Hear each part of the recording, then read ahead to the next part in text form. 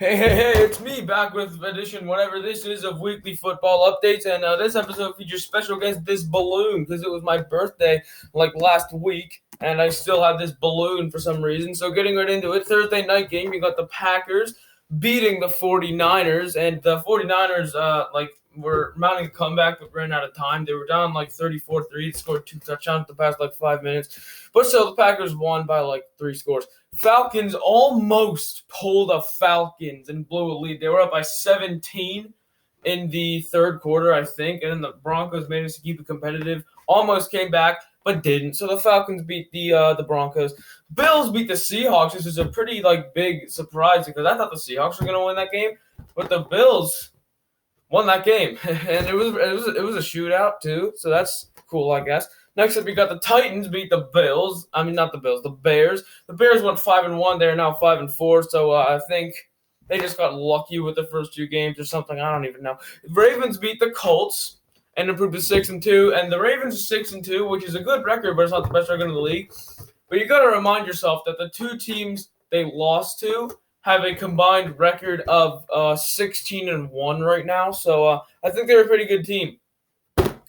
Panthers almost beat the Chiefs. The Chiefs only won by 2 because the Panthers got Christian McCaffrey back, by the way, so that's pretty cool. And Joey Sly miserably failed a 67-yard game-winning field goal because last week he barely missed a game-winning 65-yard field goal. If it was from 64, he literally would have made it, not even joking. But the Chiefs won that, improved to 8-1. Lions lost to the Vikings. The Vikings have now won 2 straight. They were 1-5, now they're 3-5. Giants beat Washington Redskins. Oh, I'm sorry. I mean the football team.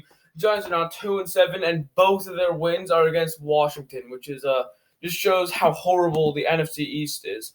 Texans beat the Jaguars. Also, the Texans are 2-6, and both the wins are against the Jaguars. The Jaguars are horrible. The Jaguars have now lost 7 straight games. The Texans are good, I guess. Now, I think the Texans are a lot better than their record shows because the teams that they've lost to are really good teams. So, Steelers beat the Cowboys, but the Cowboys somehow managed to keep it competitive. They were 2-6 going against an undefeated team, and they only lost by 5, which is really surprising. Everyone thought the Steelers were going to destroy them, but no, the Steelers still won, though. Dolphins beat the Cardinals, which is one of the more surprising games of the week because, Tua Tagovailoa was pretty good, I guess, because he, did enough to beat the Cardinals, who were heavily favored. The Dolphins have now won 4 straight and they're 5-3. Saints destroyed the Jesus Bajeelers or whatever the heck I just said out of the Buccaneers.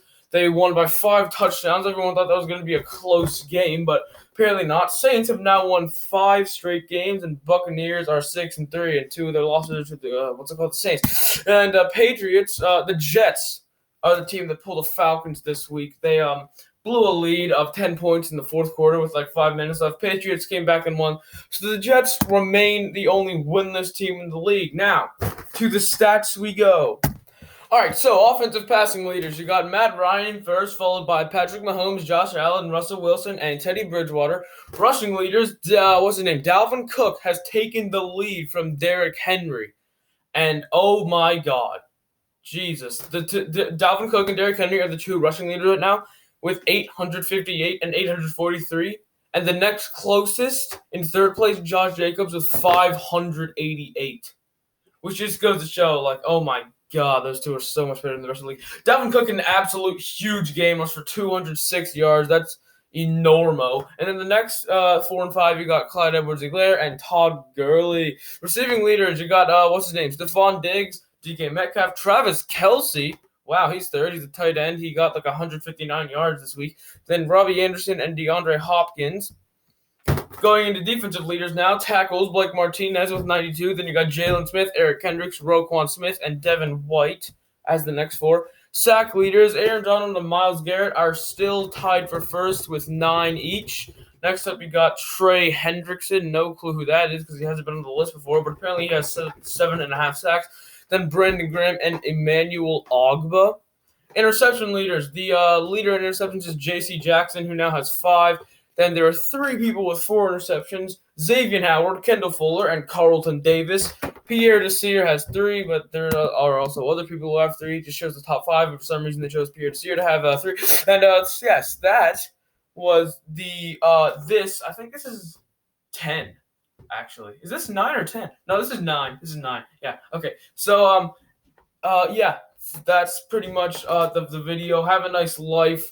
Goodbye. So, okay. Yeah. I suck at outros. Adios.